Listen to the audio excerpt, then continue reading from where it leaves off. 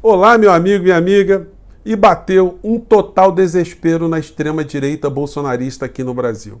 Isso porque, como já não bastassem as péssimas notícias que receberam logo pela manhã, com indiciamento criminal feito pela Polícia Federal contra a figura do ex-presidente da República, o inelegível, e mais um conjunto de personagens, agora à tardinha, um novo fato surgiu para transformar essa situação de desespero numa situação de pavor, de pânico, e que vai ficar mais aguda quando o dia terminar, porque temos mais fatos ainda que estão se desenrolando aqui no Brasil e que comentarei com vocês no nosso encontro de hoje.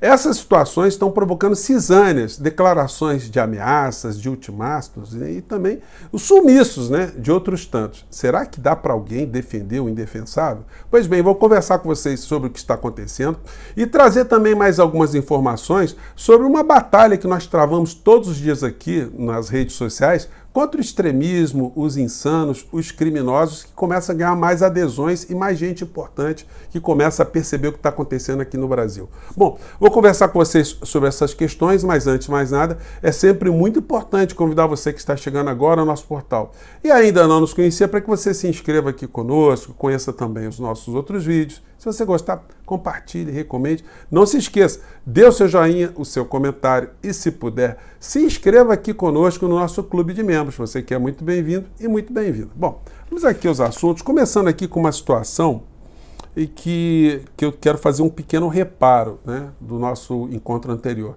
É que em dado momento eu disse que a pena, que a figura do inelegível ali está prestes a ser responsabilizado nesse crime da falsificação, o Iorcrim, envolvendo ali seu certificado de vacina, a pena seria de 2 anos. Não, a pena vai de 3 a 8 anos. E no caso dele, há um agravante, conforme diz a lei 12.850.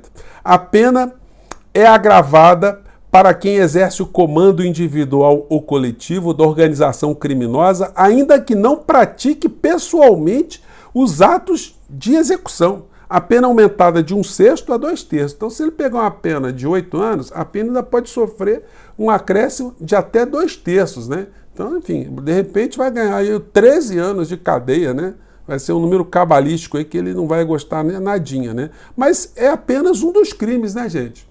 Porque tem mais filas vindo aí. E a notícia bombástica para essa gente é essa aqui. Moraes dá 15 dias a Gonê para decidir se denuncia ou não Bolsonaro por fraude nos cartões de vacina. Então a fila agora tem um prazo. Em 15 dias, a partir de hoje, o Procurador-Geral da República vai decidir se tudo aquilo que os delegados, que a Polícia Federal levantaram, esses dados levantados, realmente servem para indiciar o ex-presidente da República inelegível por crimes e outras figuras também, ou não. Se todo mundo tem que ser absolvido, se o caso tem que ser mandado por arquivamento. Diante de tudo que nós já sabemos, vai ser muito difícil o senhor Paulo Gonê não apresentar uma denúncia, E aí nós teremos um julgamento que ninguém estava percebendo muito. Então, uma fila agora começa a ficar muito mais clara, Eles estavam esperando impacto, o impacto está vindo, o meteoro está chegando, como eu sempre disse para vocês, E tem mais coisas aí, Que a coisa vai ficar mais complicada aí. Fraude em cartões de vacina, veja o que dizem as defesas de Bolsonaro e demais indiciados. Gente, eu vi hoje a entrevista do advogado do Cid. Olha, a situação está complicada, para o Cid, Está complicada para ele, para a família dele, enfim, olha, vamos ver o que vai acontecer aí. Bom, e aí tem a declaração aqui do Fábio Van Garten. Como o inelegível ele tem esse perfil de uma figura acovardada, então ele coloca ali seus testas de ferro, para falar em seu nome. E ele fez aqui um ultimato, uma advertência, não uma ameaça, Por falar em capital político, escreveu um texto, falando que são ilações, que o Bolsonaro nunca comete crime, nunca cometeu. Por falar em capital político, vamos ver com lupa quais candidatos querem surfar na onda desse enorme capital político.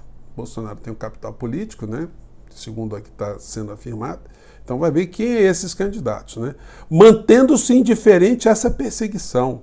Ao final, recomendarei ao grupo político do presidente que jamais permita que essa relação unilateral e desequilibrada seja ativo eleitoral de quem quer que seja. Aos oportunistas de ocasião, tenho a certeza que mais que mais ainda agora, gafanhotos terão vida curta.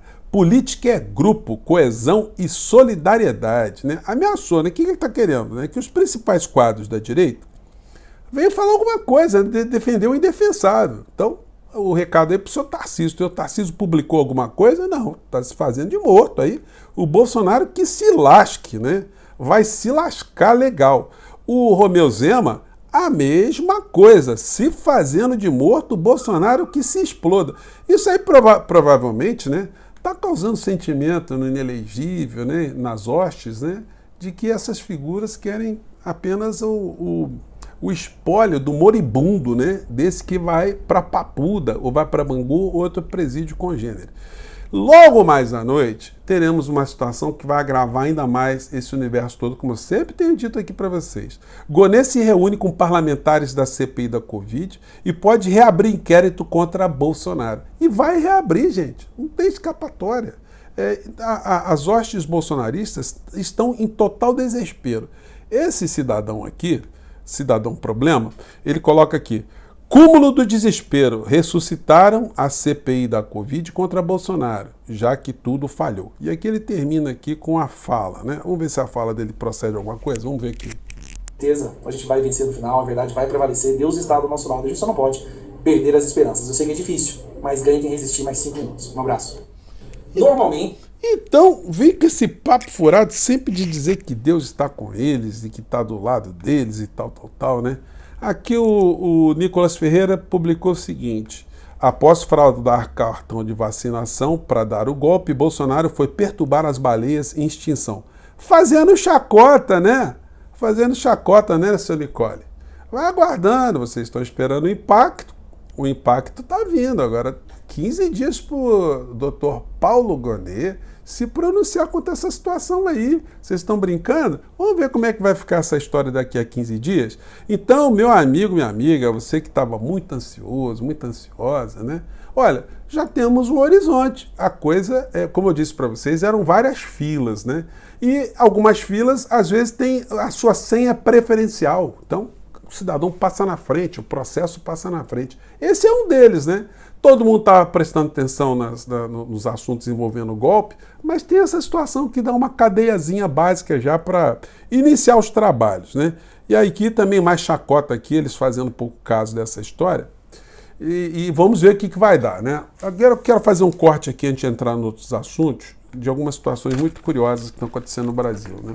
Aqui o editorial do jornalão O Globo hoje, falando o seguinte: elo de Bolsonaro com trama golpista ficou mais evidente. Então o jornal aqui está sinalizando aqui que a percepção que todos nós já temos da realidade, não dá para fraudar a realidade, né? Mas aí é o seguinte, tem uma outra parte do editorial que a gente pode chamar aqui o editorial de encomenda, né? Para colocar os assuntos das pautas de interesse da mídia ocidental, dos interesses ocidentais aqui no Brasil. Então, publicou hoje aqui: permanência de Putin no Kremlin representa ameaça para o planeta. Reeleito, o ditador russo terá governado mais tempo que Stalin, se concluir um novo mandato. Olha só, gente, o que não se está abordando é esse fenômeno curioso, né? Fazendo esse parênteses aqui no nosso papo de hoje, né? De as eleições na Rússia serem facultativas. E lá se teve o maior comparecimento voluntário no processo eleitoral de todos os tempos. E esse comparecimento maciço colocou ali quase 80%, né, dos votos para a figura do... Aliás, foi mais de 80%, foi quase 90% dos votos válidos, né, para a figura de Vladimir Putin. Isso cria uma série de interrogações, né? Porque se as pessoas não estivessem dando apoio a ele, diante das circunstâncias dentro do país dele, evidentemente haveria ali uma abstenção muito grande e as pessoas fariam um voto de protesto. Porque o discurso que não se tem ali opositor político, em função disso as pessoas votam todas então em Putin, então é uma questão aí que eu jogo para vocês fazer essa reflexão, né? Se essas notícias aí, elas de fato elas têm alguma sincronia com a realidade, o que é que está acontecendo de fato, né? Será que é aquilo tudo que a gente vê pelos grandes veículos de comunicação? Bom, eu trouxe esse fato aqui para a gente entrar em uma outra situação também, né? Que é essa aqui. Hoje eu vi com muita satisfação uma entrevista com o professor Arbex, lá no ICL.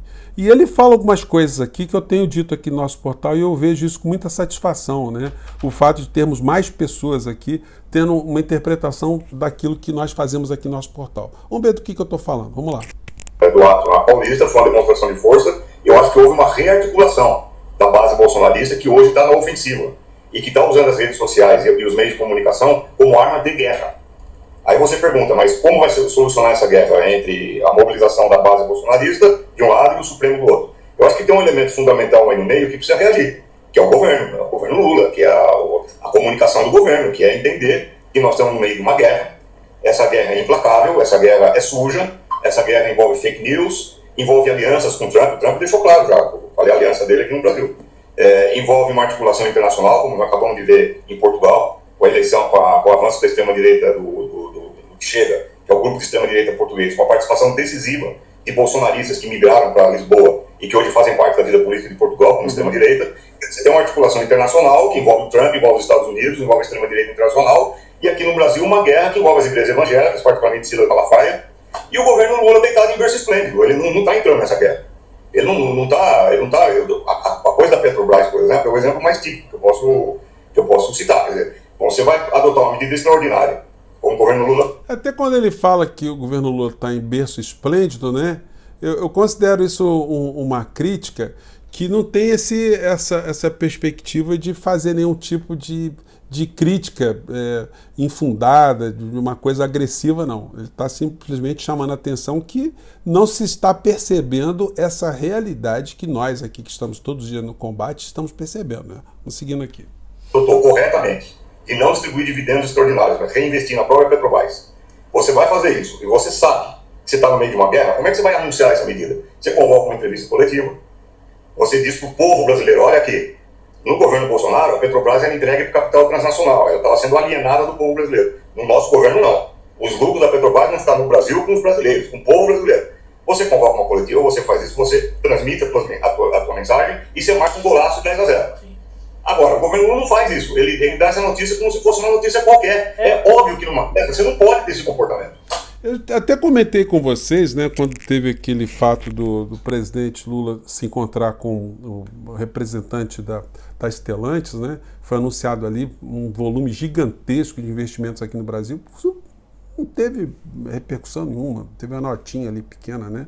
Enfim, mais adiante o Zé Arbex fala o seguinte aqui, vamos lá. Por quê? Porque a verdadeira guerra está sendo travada no cérebro das pessoas, a verdadeira guerra está sendo travada no imaginário, por meio das redes sociais, etc. O governo brasileiro não entendeu isso. Ele está longe de entender isso. Ele está deitado eternamente em berço esplêndido. Ele acha que a política de conciliação, a política de paz nacional, a política de Lulinha, paz e amor, é o necessário o suficiente para trazer paz para o povo brasileiro e recuperar uma suposta antiga cordialidade nas relações entre os brasileiros. Não é. A extrema-direita não está apostando na cordialidade.